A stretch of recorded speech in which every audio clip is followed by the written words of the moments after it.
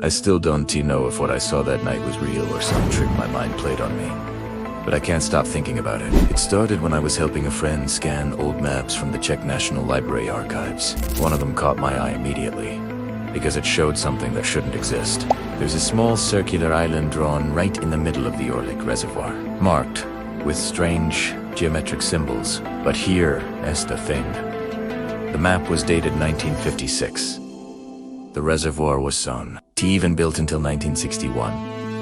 At first I thought it was just a cartographer's error, but the more I looked, the stranger it got. The symbols weren't random.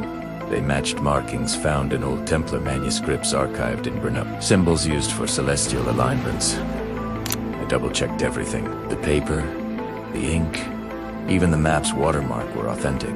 It wasn't some fake, modern print. I started asking around, and one retired hydro engineer who worked on the Orlík Dam told me quietly that before the valley was flooded, there was a tiny mound there with ruins that were never officially catalogued. He said surveyors were told to skip the site because of unstable soil.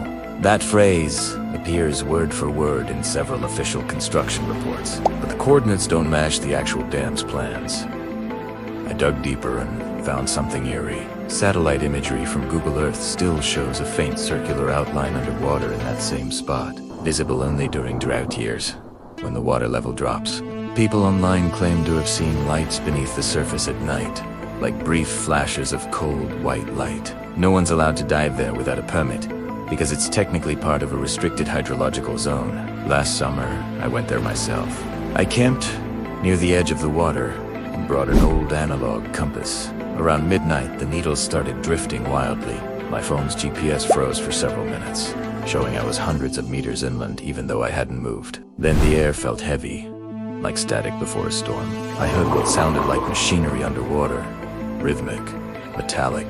It stopped as suddenly as it began. When I told the same engineer what happened, he just sighed and said the base of the dam was poured over something older than they ever admitted.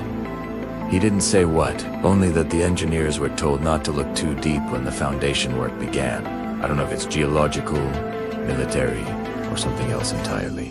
But if that island really existed before the flood, then someone knew about it years in advance. I keep wondering, how did a 1956 map show something that was supposed to be erased by 1961?